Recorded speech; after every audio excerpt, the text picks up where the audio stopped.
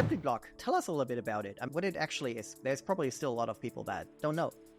We had like a sold process over the last several years. We had quite a few changes in that. Initially, I started off thinking that the times of these monolithic hardware-defined storage systems are a little bit, let's say, outdated. It's a very mature, very slow-moving market. And while at the one time, most enterprises still deploying this type of system, on the other side, the technology really to build the next generation of storage systems that are software defined by nature, it's definitely there. So all the foundational technology is there. There are also some products out already.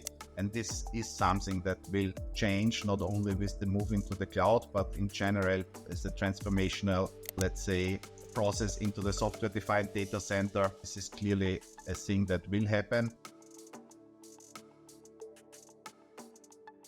Hello everyone, welcome back to this week's episode of Simplyblock's Cloud Commute podcast. I know I say that every time, but this week it is true. I have a very special guest. Actually, it's one of the two people that made this happen here and made me join the company. So Michael, it's a great pleasure having you.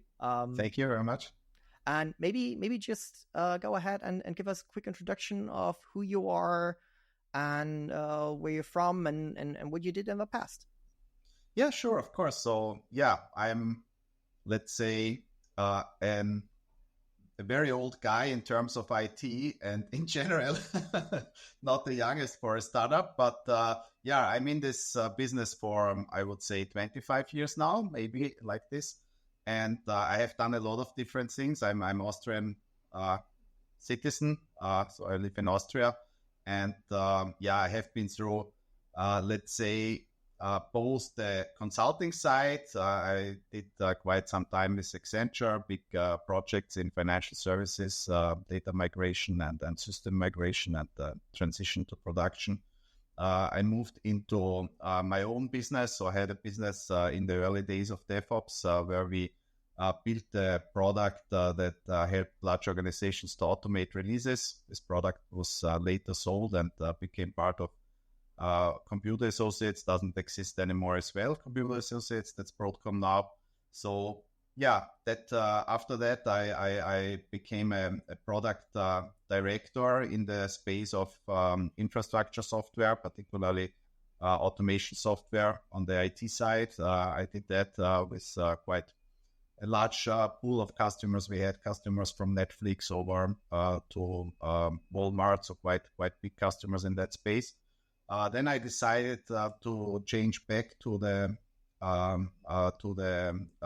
customer side. So I had the opportunity to become CIO in a more or less large retail business, which I did, and I did again in another one. But then I decided finally I want to come back to startup life. And yeah, so that's basically how I ended up founding and building Simplyblock together with Rob. All right, cool. Yeah. I mean, it's either IBM or it is Oracle or it is Broadcom these days, I guess. Whenever you gotta get acquired by a big corporation, it's one of those three, I guess. Yeah, I guess so. Cool. So yeah, Simplyblock. Just tell us a little bit about it. I mean, how did you come up with the idea and what it actually is? There's probably still a lot of people that don't know. We had like a sold process over the last several years. We had quite a few changes in that. Initially, I started off thinking that the times of these monolithic hardware-defined storage systems are a little bit, let's say, outdated. It's a very mature, very slow-moving market. And while at the one time, most enterprises still deploying this type of system, on the other side, the technology really to build the next generation of storage systems that are software defined by nature, it's definitely there. So all the foundational technology is there. There are also some products out already. And this is something that will change not only with the move into the cloud, but in general as a transformational, let's say, process into the software defined data center. This is clearly a thing that will happen.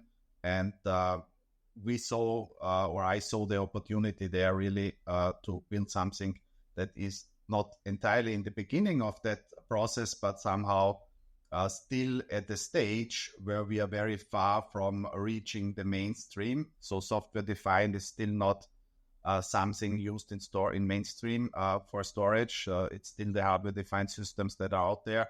But at the same time, we are far enough down the route to have all the foundational technology ready to get started with it. So that's what we sold, or what I sold at the time. And more specifically, I was confronted both as a CIO, and then later when I built a small cloud provider myself, with the question on how to get reasonably or reliable storage at a good performance for a good cost point, because at the end of the day, yes, storage must be very reliable. So there's no question. That's the number one criteria for any type of data storage system. But on the other side, if the costs are high, I mean, this is directly cutting off any business from the bottom line. So basically, that's really net profit. That's really cutting into profits, all of this foundational IT infrastructure technology, as we know. So that's going straight into CapEx or OpEx, and anything that you can save there, any dollar you can save there will be a dollar more of profit for your business. So that's why it's important also to look into that aspect of it. Right. I think everyone loves the word increasing profit. That's always good. You mentioned software-defined storage, and I guess a lot of people might be familiar these days with software-defined networking, software-defined whatever. So software-defined storage is basically a rethinking of how storage systems like SAN, like the storage area networks, worked in the past, right? Is that a correct idea of how to think about that? It's on the one side it's that, but on the other side, of course, the power of software is so much bigger, so you can do so many more things. Also, what's a very important aspect of it is, I would say there are two main aspects of it. One aspect is really life cycle management. So you're becoming independent of hardware, which means that essentially you can use the same system, the same interfaces, and the same actually deployed storage, while under the hood changing the hardware from generation to generation. So that's really one of the big benefits, and not only from generation to generation, but also from vendor to vendor.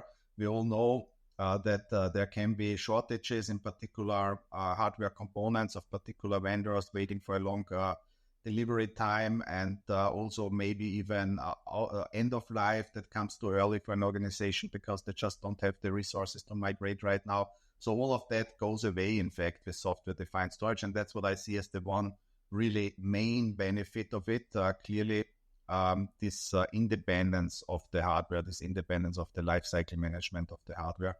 The other big advantage is clearly about scalability. So a software-defined system can just be built in a tremendously scalable manner, which is hard for hardware, because at hardware you will still in any time you have one component or several components, the controllers typically that limit your total bandwidth, your total IOPS, your total let's say performance output of the system. Yes, you can add more of those, but then the question is, how do they cooperate together? So there is a natural limit to all of those configurations, even if they are clusters on the hardware side, and only software can overcome that limit. So I think these are the two main things. Other things are like more flexibility when it comes to cybersecurity protection.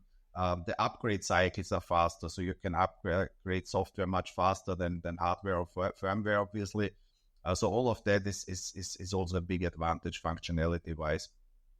All right, that makes a lot of sense. So when you think back, why did you come up with the idea of Simplyblock? Like saying, okay, we need to rebuild, or we need to build something in the sense of storage that is different, and what was like the main point where you said, okay, that needs to be solved in a different way. It doesn't make sense to do this in hardware anymore.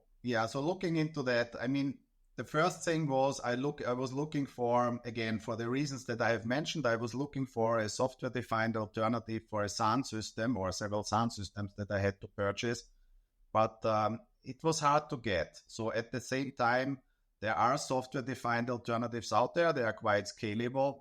Ceph is probably the most prominent one, but they come with two big downsides. So one downside is really performance, and with performance, I mean baseline performance. This is performance per terabyte, IOPS per terabyte mainly, and also access latency. With sound systems that have very low access latency nowadays, definitely below 1 millisecond. And this is just not something you'll get with a Ceph system. You need a lot of general purpose hardware, x86 or ARM, to prepare a Ceph system that is reasonably performant, but you will never reach the performance density of a sound system. So that's the one thing. The other thing is it's not about total performance only, it's about SLAs. So SLAs. With the Ceph system, it's very hard, and generally all the other software-defined systems, very hard to get an SLA. What do I mean by this? SLA means like how many IOPS per terabyte I can really get from the system. So what's my maximum access latency that I can expect from my system? What's my throughput? So these are guarantees that are maybe even more important than the total output, but I need to rely as a customer that the system at the minimum will give me this amount of performance for my workloads, for my use cases. And that's what the hardware-defined systems do very well, but that's where the software-defined systems are still quite weak as of today, because you need to define a very clear setup. You need to define your hardware parameters very well. So how many, so what's your CPU, your network, your internal PCIe bus resources, so all of that need to be defined very well so that you can measure and expose an SLA from a system perspective. And that's where I thought really, look, Ceph has a great foundational technology. I really like their distributed placement algorithm.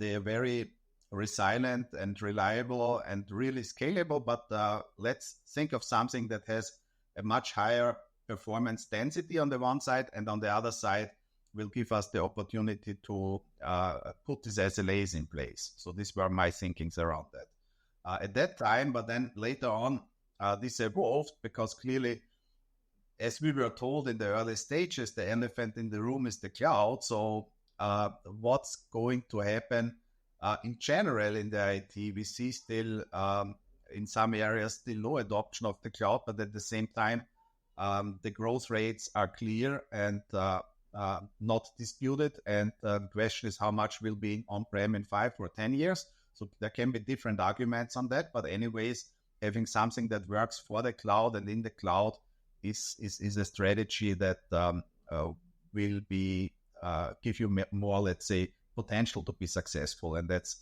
where our a little bit, let's say, not really pivoting. So the base technology is still the same. The thinkings are the same. The algorithms are the same, but then how to deploy it or how to make it native to a cloud environment and think the cloud first. Actually, that's where our journey pivoted a little bit over the last 2 years, I would say. Yeah, I think that is a perfect bridge, because my next question would be like, with Simplyblock, we said, okay, let's integrate. As you said, we want to make it like a first-class citizen of the cloud. So we said, let's go for the storage services that are already available in the cloud. There's multiple ones. There's object storage, there's block storage, there's like local storage, which is like some kind of a PCI Express attached NVMe or however they implement that. But we said none of those services in itself is a good solution. So we did something special. Maybe you want to say a few words about that. Sure, absolutely. So I would say what we have been learning, and we have been learning early on, which is the good news. So we don't have to basically redo our architecture, because we were thinking that from more or less the beginning, the cloud is different. So the cloud comes, you can't just build a software-defined sound system and deploy it into the cloud. It's not how it works. On the one side, the cloud has some deficiencies in terms of storage that are already solved in on-premises high-end SAN or generally storage appliances. But on the other side, the thinking is entirely different, because users are used to consume storage as a service in the cloud. Obviously, that's why they are in the cloud. They want to consume as a service. They don't want to deal with a million of parameters and tuning options. They don't want to, they don't require a lot of those things on the one side. So that's really different. And then on the other side, you have quite good services there. And the question is not so much how to rebuild the services from the scratch, but more like how can you orchestrate them in a way to overcome these deficiencies that we currently see in the cloud. So there are a couple of them that really struck me actually when you think about it in a bit more detail. We know that, for example, SIM provisioning is really something that any user of an enterprise storage system, it's just like bread and butter. It's what they are using for the last 20 years, and you can't think out of without it. So it's obvious. Everything is singly provisioned. You have a pool of storage, and then you have your storage consumers, your hosts, your containers, whatever, and they will just they can ask or reserve a certain amount of storage, but only during utilization the storage will be really, let's say, taken from the pool. And this gives us a good opportunity to over-provision, because a lot of those users will finally not take what they have asked for in the beginning, but only a portion of it, and some will take more. So that's really the huge benefit, and it goes away in the cloud, at least to a certain extent, not completely, but when we talk particularly about block storage in the cloud, you don't have this pool that you manage, but you have to basically provision each volume individually, and you have to think in advance how big that volume should be, because you're paying for it. So you're paying not for the actual utilization, but you're paying for the provisioned amount. And that can really become a problem over time, because this amount of planning is very hard to do, and very often impossible. It's just not predictable on a volume level how much storage you will need. So that's really one of the things that struck us, how big the inefficiencies are around of non-use of SIM provisioning, or this option, this non-existing option of SIM provisioning. So that's one of the things. Another thing is clearly storage tiering. So storage tiering exists to a certain extent in these cloud offerings. So for example, Amazon S3 has internal intelligent tiering between different types of storage, but it's only within S3, within object storage. But when we think about particularly high performance block storage, they don't have that option at all. So there is no tiering. So if you take a volume, everything on this volume comes with the performance that you asked for and with the costs that relate to this performance. So there's no option really to tier parts of that storage dynamically or smartly into lower performant and much cheaper pools. And that's another thing that we clearly found missing there. So that's something that we incorporated very much into our philosophy. Other things are more about, for example, disaster recovery. So when we see block storage, fast block storage in the cloud, and here we have to differentiate a little bit between the providers, because they are not all the same. GCP has more, AWS has a little bit less. So AWS by default doesn't have asynchronous replication between zones. It means if you lose your storage, your block storage, your EBS, your GP3 volume in one zone, your data is just gone. So in the worst case, you have a zone level disaster, you lose your data. And that's not acceptable for, let's say, a lot of data that has to be stored persistently in a reliable manner. So then you need some workarounds for that, and it becomes much more complicated to resolve that issue, let's say. So that's another deficiency. Classically, outside of the cloud, you had your two SAN systems between two different data centers or availability zones. They have replication on a dark fiber or whatever. Everything works perfectly. This is something that got somehow lost in the cloud, or at least in the default setting of the cloud. This got lost. So cybersecurity aspects, I don't want to go too deep here, but also things that storage vendors have spent a lot of time to build into their hardware-defined systems, and this functionality is also sort of not to the same available, not to the same extent in the cloud. There's parts and pieces available, but also still quite some things missing. So all of that, and last not least, the cost to performance. So I would say that's a problem that exists outside of the cloud as well, but not to that extent. You have now with these fast NVMe drives that are really like, it's 1 million times faster than hard drives in some cases, even I would say, or 500 times faster. So this is just such a huge performance difference that the local disk in the local server is so much faster than anything else, whether that's a SAN system outside of the cloud or a cloud block storage. And the cost difference per IOPS and per performance unit is just tremendous. So the question is, how can customers leverage on that benefit without having to consume that expensive either SAN system or cloud block storage? And that's another, I would say, major part of our value prop where we are coming in, how we can give the customer more IOPS, significantly more IOPS, significantly better access latency through utilizing these local disks and making them reliable in a sort of a scale-out storage cluster. Then this is possible with the existing block storage solutions. Yeah, I think you brought up, like, at least for a very, very important things. It's like tiering. It is like the asynchronous replication. Forget what the third one was that I was thinking about. But all of those things are elements that people tend to. I would say if you thin provisioning, right? Thin provisioning, tiering, and then yeah. But thin provisioning is slightly different from so from my perspective, especially like the two former parts are things that people typically try to solve by implementing them into their own solution, right? So everyone's building the same thing over and over again. And in the past, when I was working for Hazelcast, we were like one of the big vendors for caches. And it was the same thing, right? Everyone just built their own cache. And like, don't do that.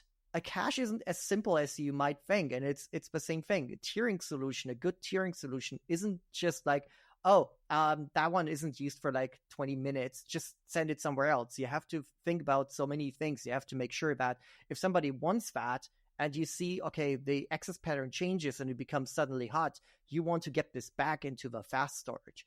It's like super, super complicated stuff that people, I feel, often kind of fail to really acknowledge. Yeah, and then the question is, what's the benefit? I mean, build versus buy. So can you, I mean, the question is, there are two aspects on that question every CTO, CIO has to ask themselves. So number one, what's the integration effort?